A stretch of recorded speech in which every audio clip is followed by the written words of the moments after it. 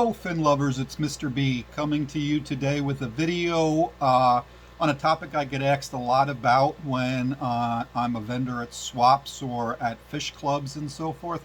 That is, how do I feed my fish? What do I feed my fish? What do I feed my shrimp? What kind of food do you use? How often do you feed them? Questions like that get asked quite a lot, so today I would just like to go over and show you some of the things that I take great pride in presenting to my fish. I truly want them to be healthy and happy and live long, successful lives. So I do only use high quality food, and as we go through this video, you will see what I use and how I feed them. Stay tuned. Okay, fin lovers, this in front of you is a pretty good depiction of what it takes to feed my fish room on a weekly basis. I've kind of tried to keep these things grouped together so you can see what I give each species and so forth. So let's start in the middle, and what we'll do is we'll talk about some of the things that I use to feed my shrimp tanks. I have all Neocaridina, so these will work if you have cherry shrimp, blue dream shrimp, green jade shrimp. You've heard the litany of varieties of Neocaridina. Most of these will even work if you have Caridina shrimp as well. I'm going to start down here at the bottom, shamelessly plugging my own branded products. I have some Indian almond leaves, I have snowflake food, and I also have shrimp lollies. These are easily curated foods that you can introduce to your shrimp tanks. Not everybody would consider a Indian almond leaf as food, but they do attract quite a lot of microorganisms that your shrimps and your shrimplets will be able to enjoy. You want to make sure the environment for all your aquatic animals provides enough nutritious food that what you're putting in the tank is basically a supplement. So Indian almond leaves, definitely a great source of food and hiding for your shrimp. Snowflake food is basically right here. I'm trying to get to it. There you go. It's soybean hulls. Basically, the concept behind these is when you place this in your tank, very slowly over the course of like the first 5 minutes, it will start to disintegrate, and it will kind of look like snowflakes, a little mini blizzard in your tank. The great thing is your shrimps are able to casually munch on it. It does not cloud your tank, so you will not see any degradation in your water parameters.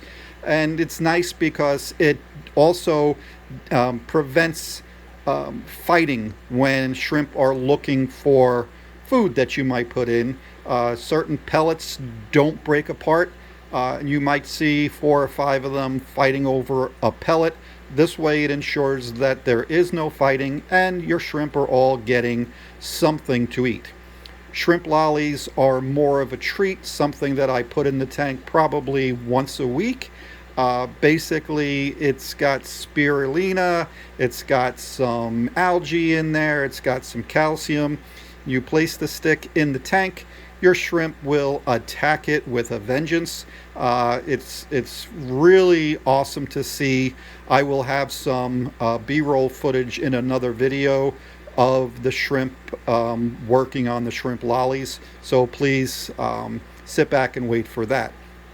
Some of the other brands of food that I use, you will see during this video that I really like bug bites, fluval bug bites.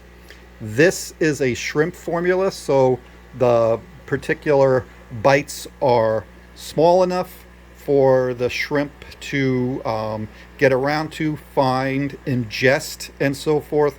And it's just a nice form of protein for them. I give them a couple of shakes a week on the bug bites as well. Over here, going to start with this one. Bacter AE. This should go into your tank every day while you're setting it up, so it builds up the microfilm on your tanks and the biofilm and allows the shrimp to graze at their content. Basically, it's a little scoop inside, so it doesn't take much. A little, sorry about that, a little does go a long way. Also from the same company, there is Shrimp Fit as well as Shrimp Baby. These are minerals that will go into the water as a form of powder. And again, shrimp in particular need to have the correct balance of minerals available to them so they're easily able to molt. Just before a female shrimp will become egg bound, also called buried, she will go through a form of molt where she will shed her outer exoskeleton. You need the proper mineral content in not only the water but in the foods that they're eating to allow it to be a successful molt. Nothing sadder than seeing an unsuccessful molt and a dead shrimp on the bottom of your tank. So definitely give them a good variety of food. Keep the mineral content in the water as well as the food that's available to them in a high quality amount, and you will be fine. Shooting over here to the left, these are some of the foods that I use for my guppies. They're also good for my cory cats. You can use them for swordtails like I have. Basically, a lot of fish in the market will be able to enjoy this food. We'll go into the back here to the Spirulina 20 made by ZooMed. These are spirulina flakes, very healthy, very high in nutrients. It's a flake that it's basically the staple of what I use for my guppies, my swordtails. Even put a sprinkling in the tanks that have just cories, because they should be able to get a high quality food as well, as opposed to just algae wafers. So they will get those. I also am a big fan of the Extreme brand. So the Extreme brand, this is the krill flake. Not only does it have a nice smell, again, it has all the necessary minerals and ingredients that a high quality food should have.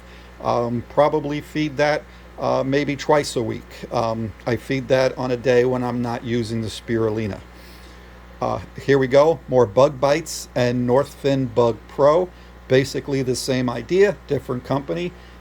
In the wild, your fish are basically going to be opportunistic feeders, and in a lot of the bodies of water, they will eat insects, whether they're adults or larvae or babies. The bugs will produce a great amount of protein for your fish, and all of the fish in my fish room absolutely go crazy over the Bug Bites or the Bug Pro. I do like the Bug Pro probably a little bit better because I find it's the same quality, possibly even a little higher, but I can buy larger amounts, which makes it a lot more cost effective for me when I'm feeding so many fish. Also down here is the freeze-dried Cyclops. I will give this generally to fry, but I will also give it to adult guppies and adult swordtails. Even though it's a powder, it does have a very good protein content, and they just basically will go crazy for it. So again, just some of the things that I do here for the fish in my fish room, trying to give them a good variety of foods. My philosophy is, even though I absolutely love steak, I would not eat steak on a daily basis because I need other proteins, other minerals. I love my pasta, chicken, pork, and all that. So I eat a variety of foods. Why should my fish room not have that ability? Over here, I have decapsulated brine shrimp eggs. And what that basically is there's a process where the outer layer of the brine shrimp egg is taken away and basically left with just an inner shell and the actual brine shrimp larva itself. What you do is you just simply put a little bit in the tank and your fish will eat it, and it kind of mimics the quality of food that they would get if they were eating live baby brine. I feed that a lot to my guppies when I'm trying to condition them. I give it to my guppy fry.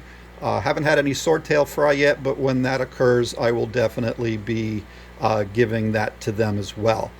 Also, the aquarium co-op fry food, and this, I've not tried it yet, but it's from Sarah, which is a German company. I don't know if we can see it here. Having a problem getting this to focus in. But basically, it's a fry food. It's a very, very fine powder. And I'm looking forward to using that with some of the guppy fry, as well as some killifish fry that are being noticed in my tank basically on a daily basis right now.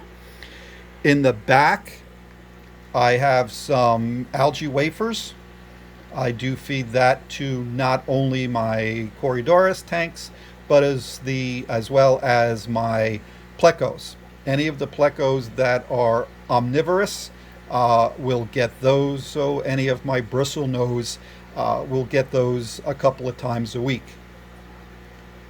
Over here again, we see some more bug bites. This is pleco formula.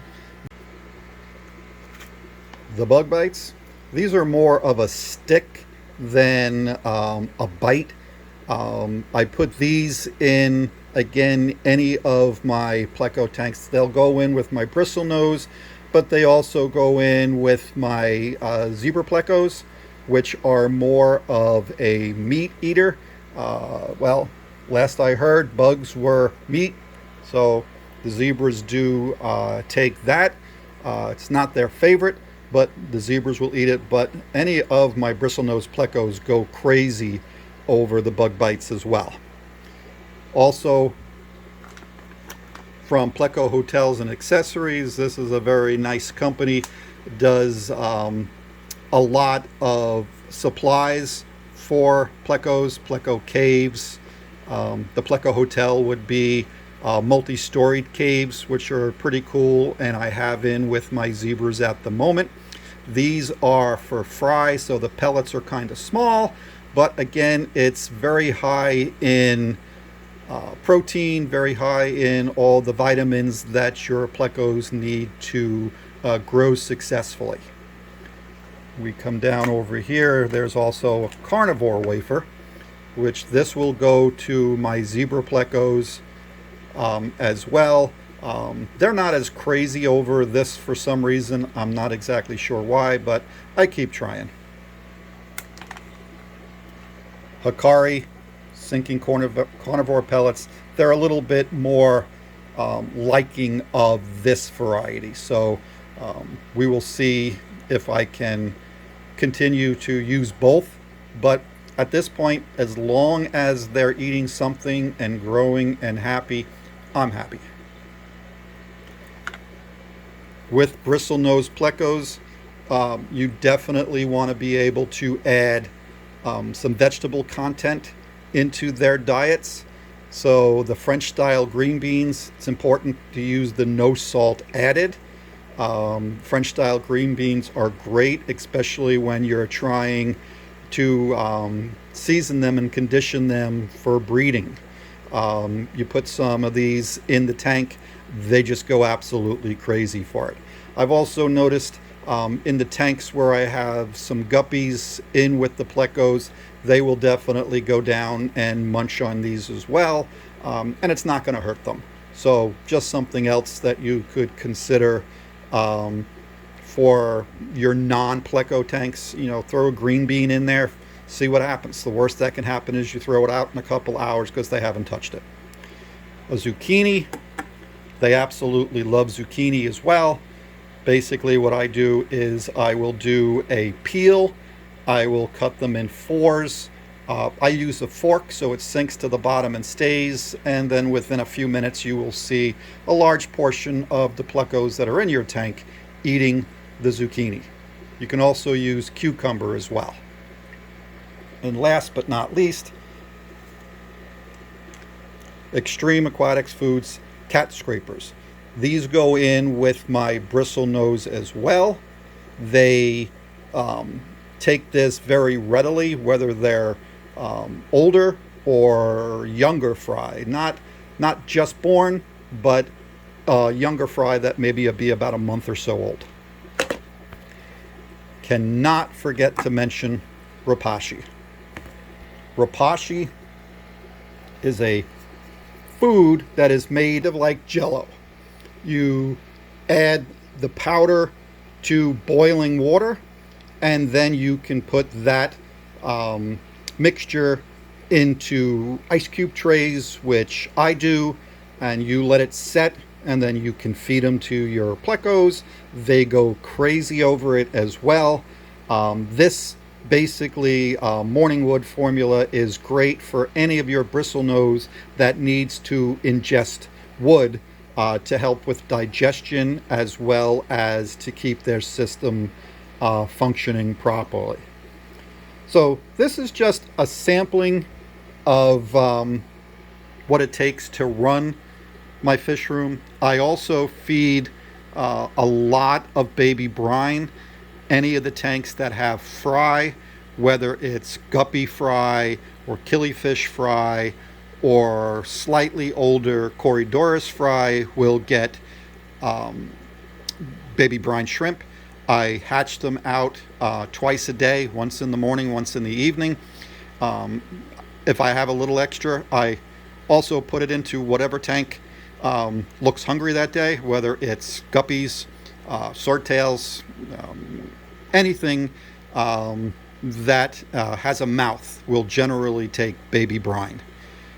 Also, live blackworms have been becoming a staple in my fish room over the last couple of weeks. My zebra plecos go crazy for them. My Corydoras also go crazy. Some of my Corys had stopped breeding. I was not finding eggs on the glass as often as I was, let's say, a month or two ago. I added the live blackworms into the aquarium, and the next day I literally had eggs in my stir-by tank as well as my panda tank. So this is just a sampling here. Again, there are other foods on the market. This is not to be a video telling you this is what you have to feed. This is just a video where I'm telling you what I feed. So for today, my friends, my fellow fin lovers, I'm going to close this video. If you enjoy this content, please consider giving the video a like and subscribe. It costs you nothing, and it allows me to have a little motivation to make these more frequently. Until then, have a great day.